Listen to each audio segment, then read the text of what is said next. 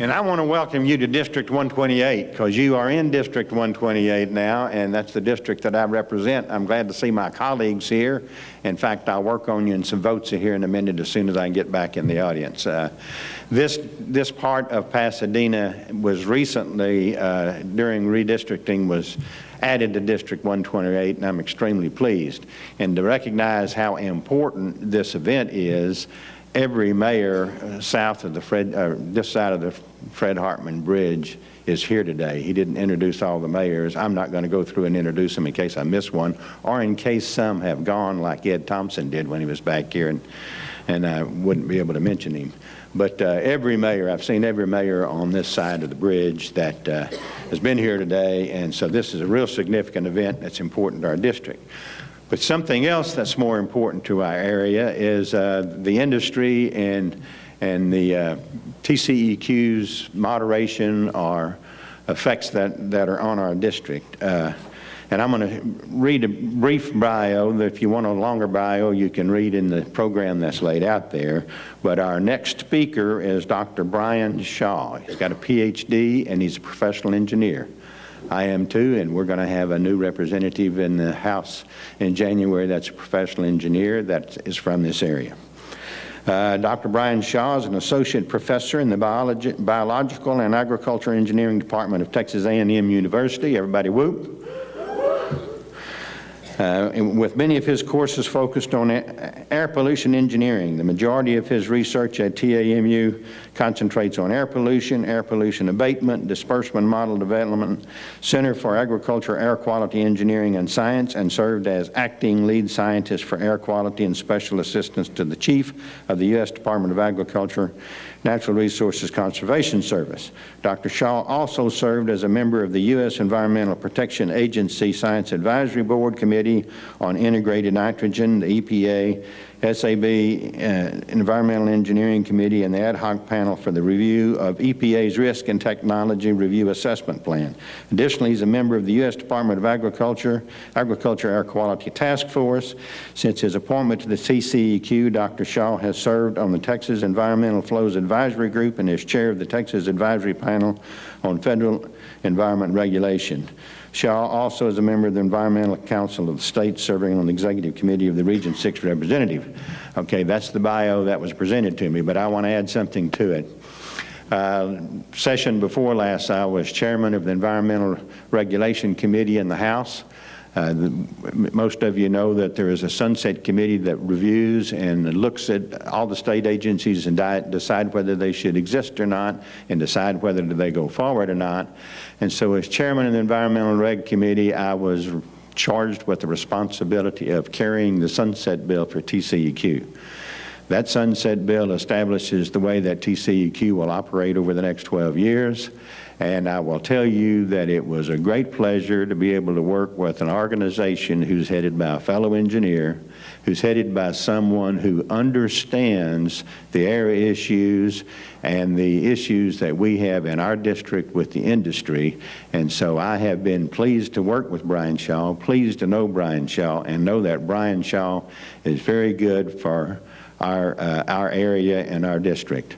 In fact, one of my comments would be is not always are appointed officials knowledgeable about what they're appointed at, but I'm going to thank our governor for appointing someone to TCEQ to head the organization that has as much knowledge and is an expert in the field of air pollution. So without any further ado, I introduce to you Dr. Bryan Shaw, Commissioner TCEQ.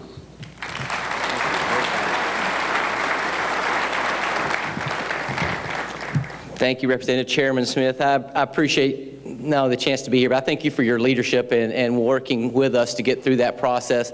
I think that just briefly talking about the sunset process, that started off, we went through 2 years early, and I had plans to sort of innovate and restructure the agency and look through those things 2 years later than we got the opportunity to. But I have to say that working with you and working with the legislature, that process went very smoothly, and I think it led to a better understanding of what our agency does and how we're doing it, and actually has made some improvements in the efficiency of that. So I thank you for your leadership and continued work with the agency. So thank you.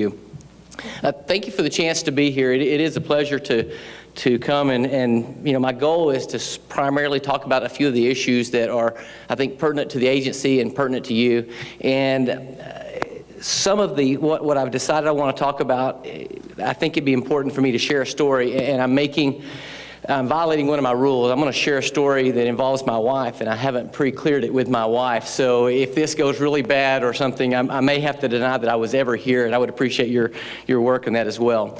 The story has to do with something that occurred shortly after we were married. I was a young faculty member at Texas A&M University, and I was doing a lot of traveling at the time, and it seems that throughout my marriage, bad things happen most often when I'm out of town. And I don't know if that's if I'm really good at planning or if they just happen that way, but nonetheless, it seems to be a trend.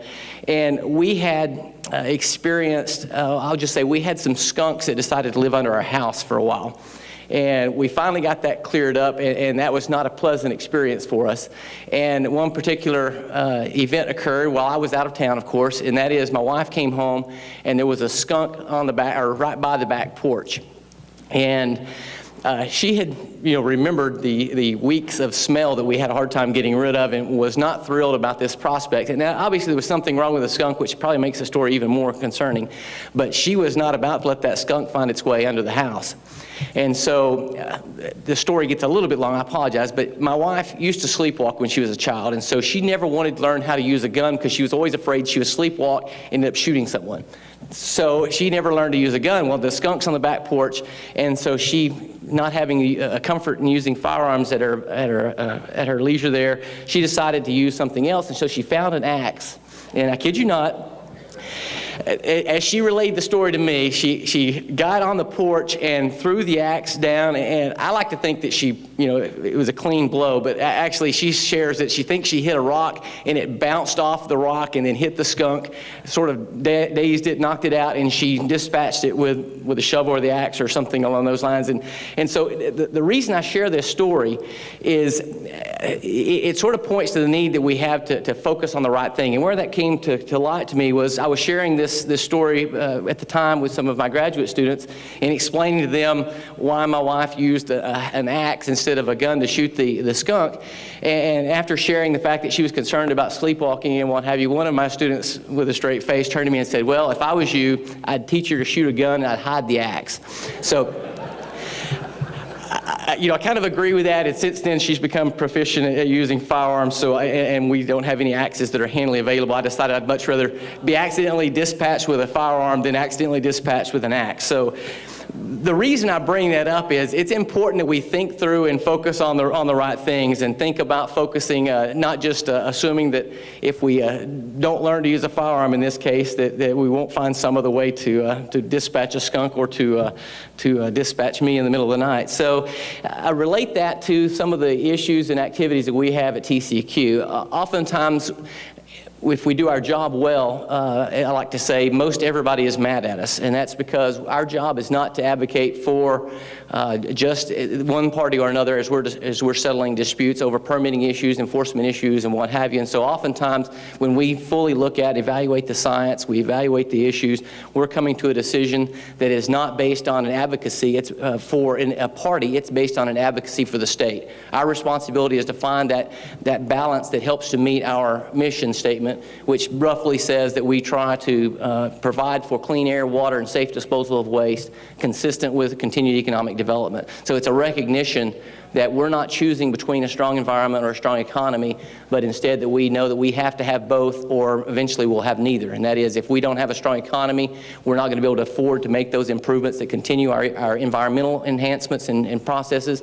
And if we don't have a clean environment, a place that people are comfortable and want to raise their kids, don't have those natural resources that are readily available and protected, then we're not going to be able to continue to thrive economically. And so I think we sell ourselves short whenever we suggest that we have to choose one or the other, and we miss a lot of opportunities to really apply the engine that is the the marketplace to solve those problems. And that's one of the reasons I think the state of Texas has been very successful. If you look at our environmental progress, we've made great strides. From 2000 to 2013, for example, we've had about a 24% reduction in our ozone level across the state, where the national average is about 12%. We've done that at the same time that arguably during those same years, the economy of Texas has performed very well compared to a lot of other states. And we've also seen a huge improvement and increase in productivity in the oil and gas production, development, and you see a lot of growth along the Houston Ship Channel in this area and frankly across much of the state.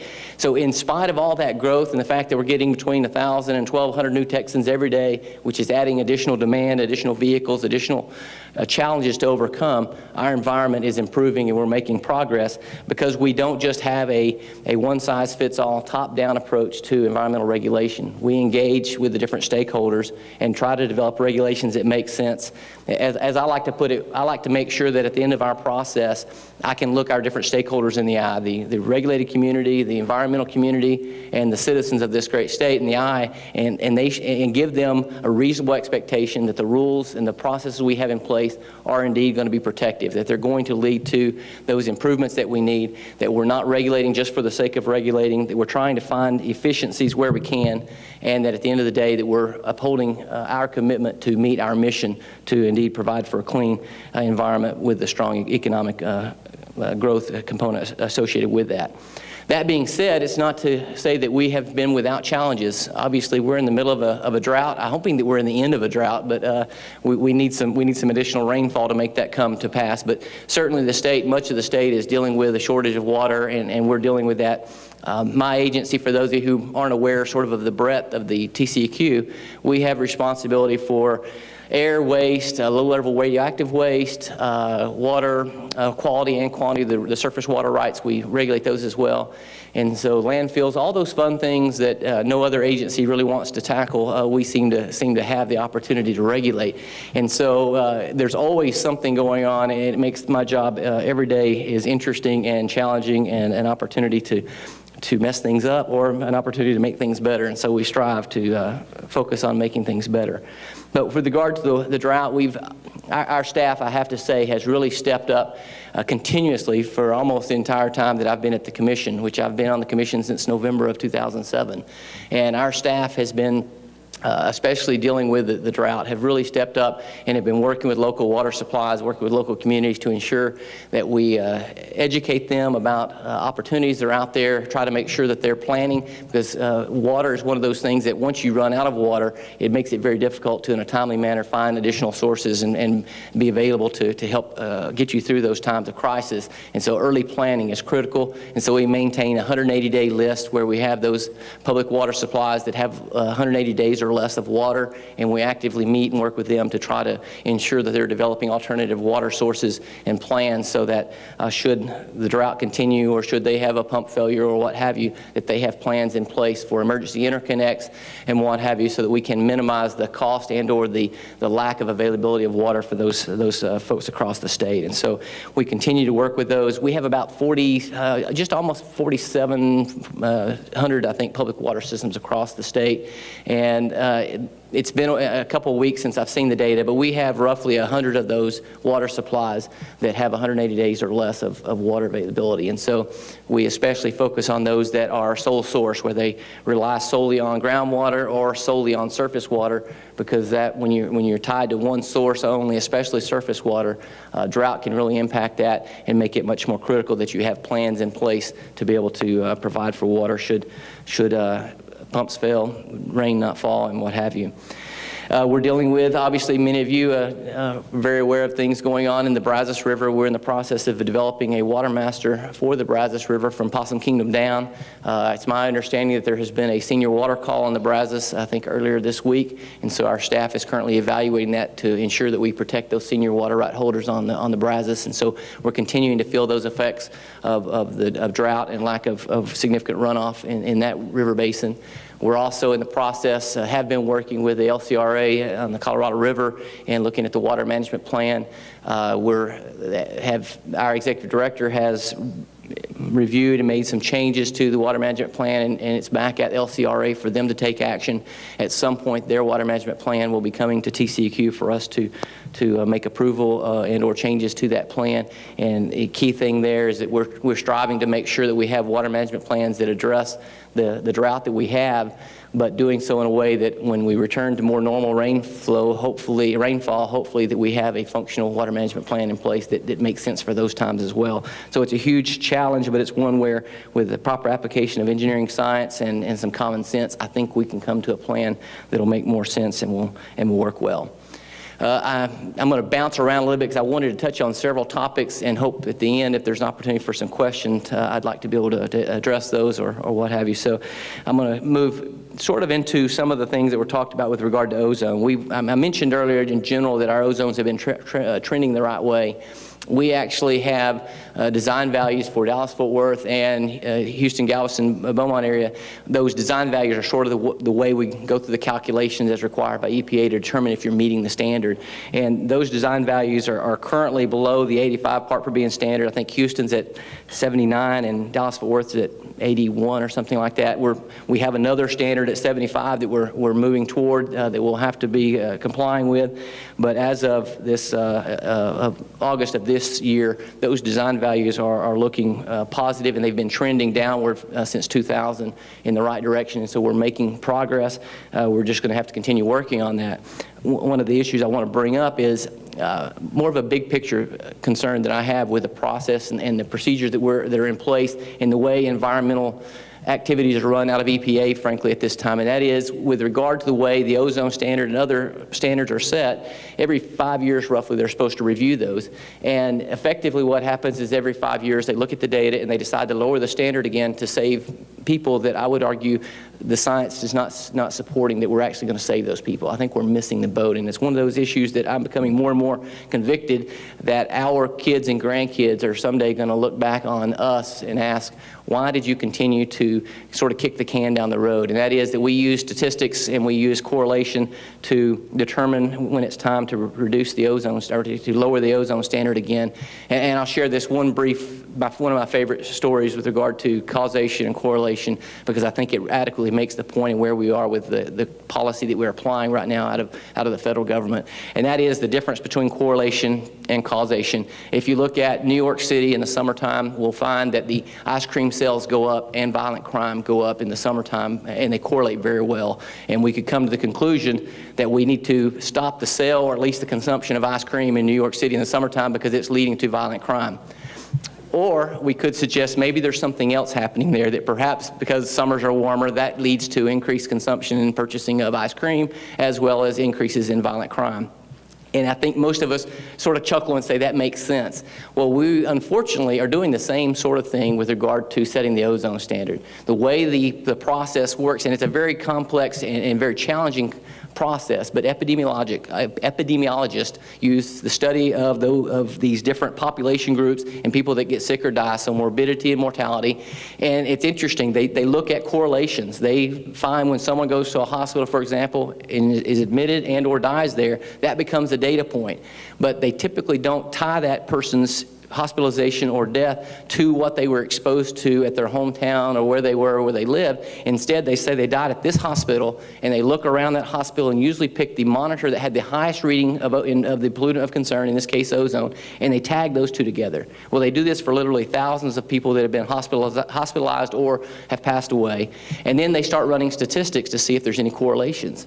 And they look at different lag factors, again, not based on medical studies where we say, okay, we know that we probably need to look at 36 hours after exposure. Instead, they try 1 day, 2 day, 3 day. They try these different lag factors to say, well, okay, if the ozone level went up and there's some correlation some days later with that, we're going to look at that.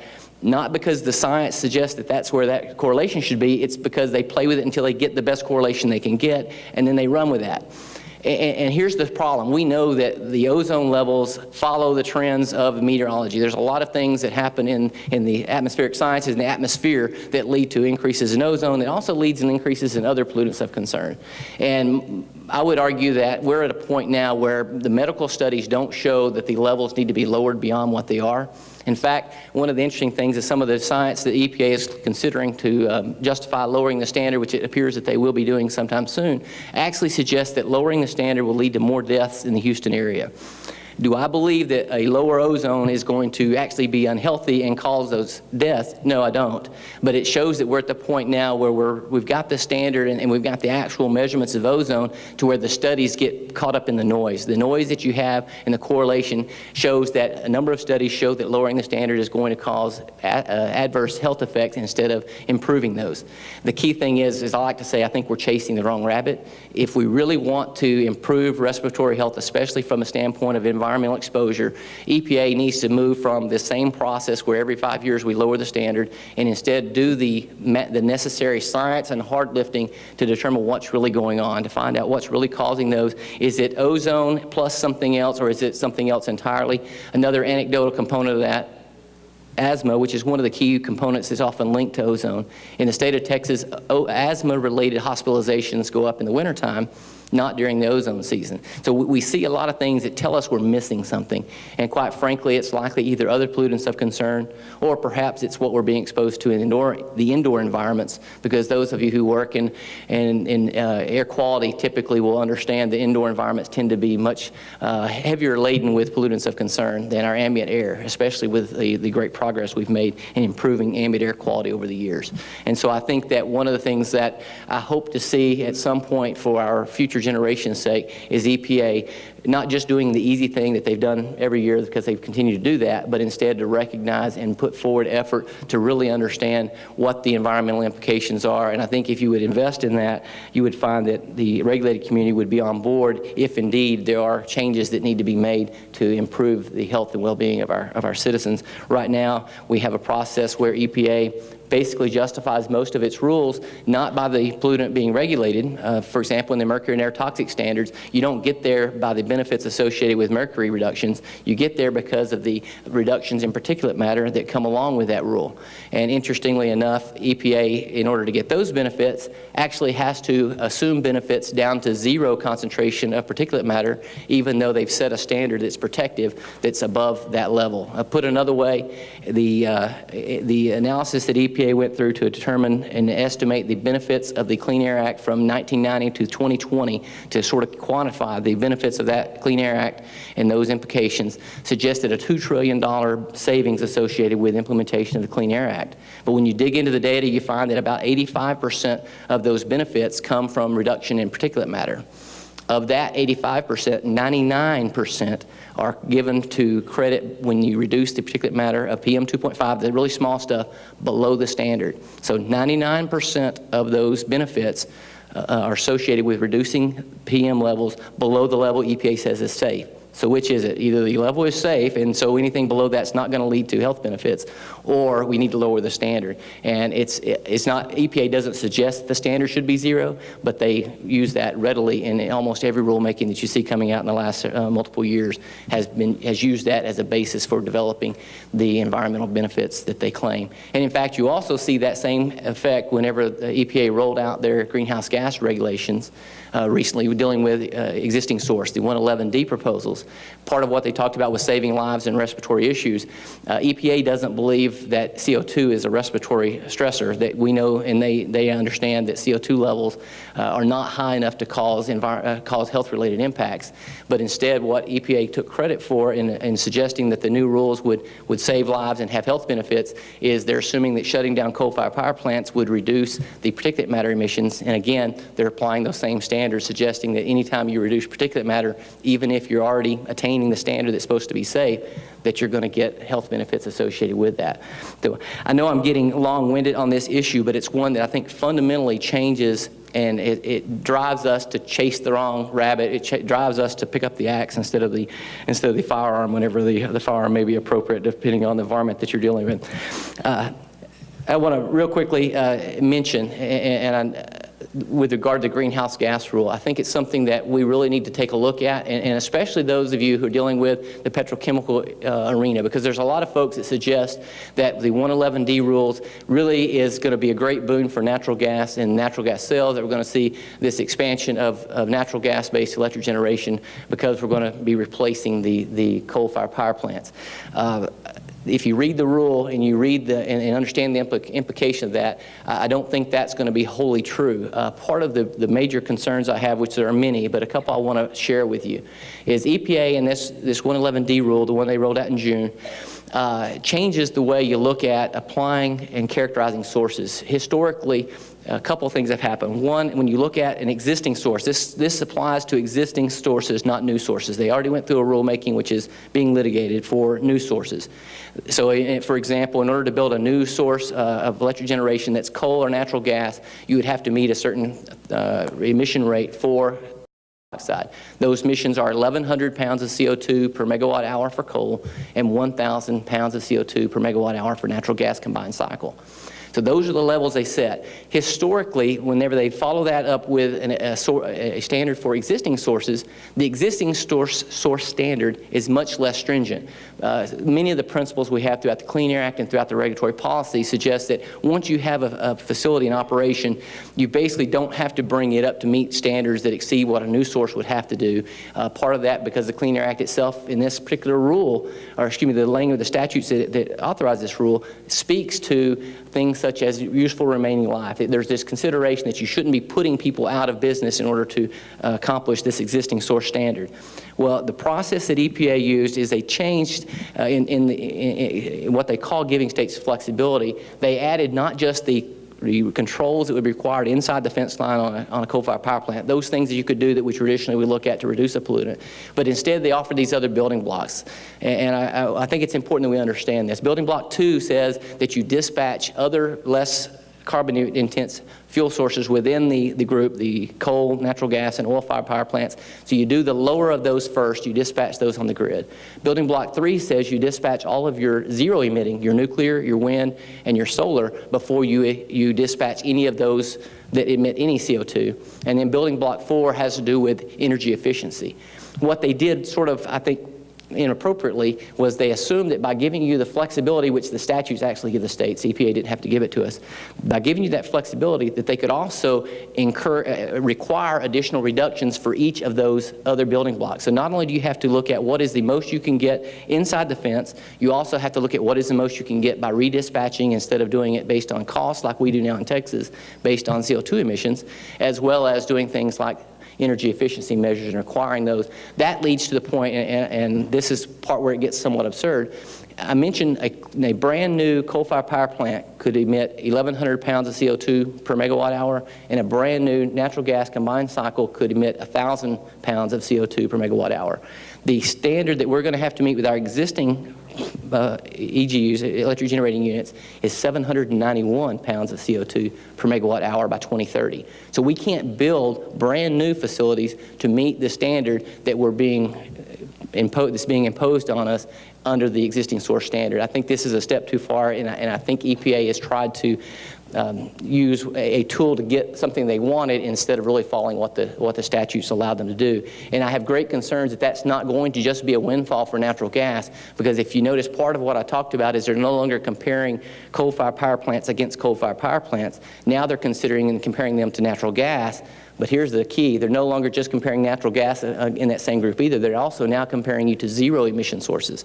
And as you look at going down the road, this I think opens the door for EPA to no longer say, you're a clean natural gas plant, you've been built, you've been permitted, continued operating, but now we're going to compare you to wind, solar, and others that are zero emissions and use that to basically set any standard they want. And it's going to be, if this doesn't get fixed either through the final rulemaking that EPA goes through or some of the challenges that I suspect are going to be following, I'm concerned that it will be the camel's nose under the tent and having far-reaching implications going down the road.